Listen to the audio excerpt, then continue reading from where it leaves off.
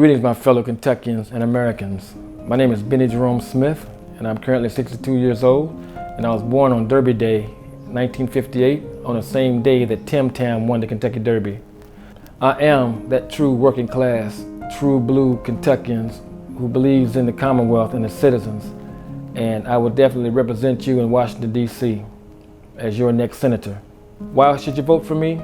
I am one of those true blue working class Kentuckians who works hard and who knows what it takes to become successful and to make a difference in this Commonwealth.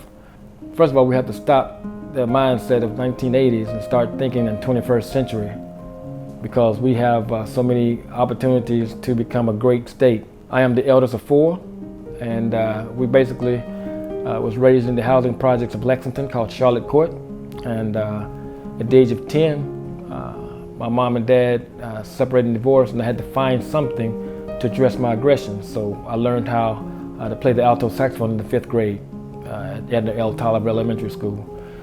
From there, I went on to play in junior high, and then we moved back to Lexington. And from there, I became a 76 graduate of Lafayette. I did indulge in sports, played football, lettered my senior year as a starting defensive back. From there, I got a chance to audition for a music scholarship at Kentucky State University and became a member of the marching band at KSU.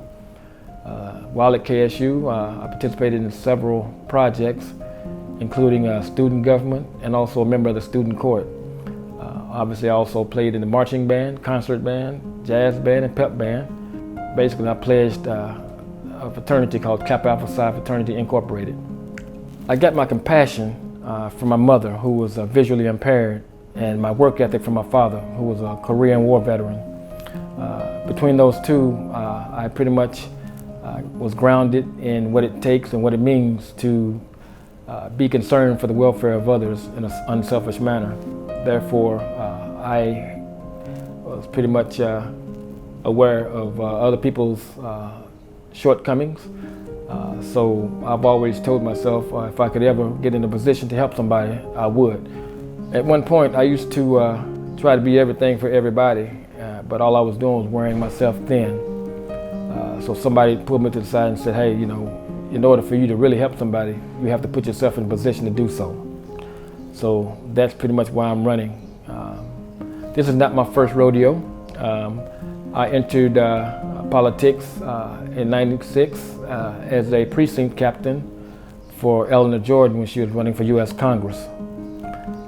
I was living in the Newburgh community at the time.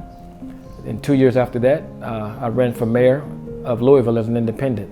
January of 2006, I had an opportunity to relocate to Charlotte, North Carolina to broaden my horizons in the entertainment arena. That allowed me to be signed to an independent record deal called Ballistic Records under Mr. Thomas Rory, in which I did record a single.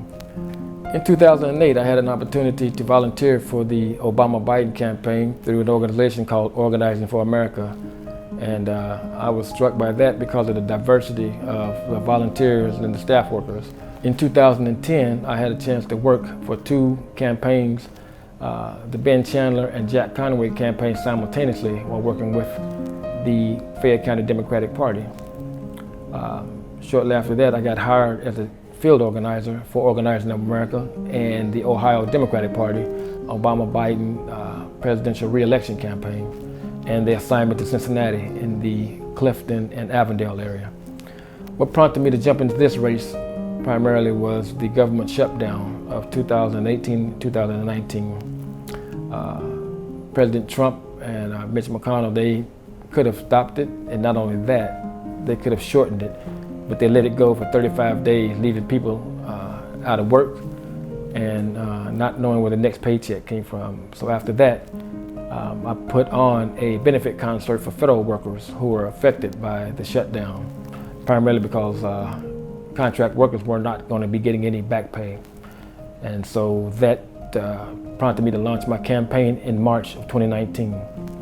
I had a chance to go to Fancy Farm, the 2019 Fancy Farm event down in Grayson County, and it was a wonderful event. It was one great experience of a lifetime. Met a lot of people, and unfortunately our One of our colleagues, Miss Amy McGrath, chose not to go for various reasons. But I was there and met a lot of folks and had a great time. So the primary reason why I'm running for your next senator is because I want to become that change agent that will make a difference in Washington, D.C. I'm not corruptible, never have been, never will be. Therefore, I humbly ask for your vote on June 23rd. One of my key platform initiatives is to ensure that every Kentuckian has affordable and accessible health care. Another one of my key platform initiatives is to make sure that we sign the Violence Against Women Act. Another component is to fund education. Our public schools vastly need funding, and I will ensure that we get the proper funding and also raise teachers' pay, and also see if we can get smaller classroom sizes.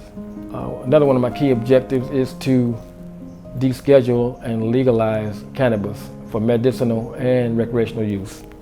And we can do this because we can allow those nonviolent marijuana offenders an opportunity to get licensed and own their own dispensaries. And that will add another tax revenue to the state. I also want to bring rapid and light passenger train rail service here so that we can reconnect all the towns and cities that's been disconnected.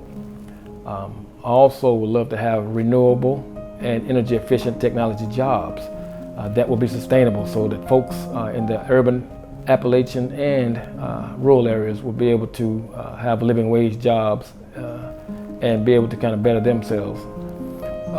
I'm for women's rights as well, including a right to choose as well as equal pay.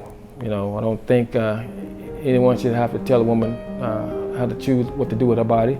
I think that should be a decision strictly made by a woman and her physician. I'm also a gun rights supporter. However, I'm not a supporter of the NRA, but I am a Second Amendment advocate and supporter. I don't think nothing wrong with where legal, law-abiding gun owners can subject themselves to a universal background check. That includes online sales, gun shows, and even private sales. I think we can pretty much get some consensus on that. So I'm not here to take your guns, as Mitch would like to think most Democrats want to do, but I do feel that we need to have a safe way to ensure gun safety, which includes licensing and having classes, educational classes on CCWD. This is dedicated to every Kentuckian and American who is serving in the armed forces and who has ever served.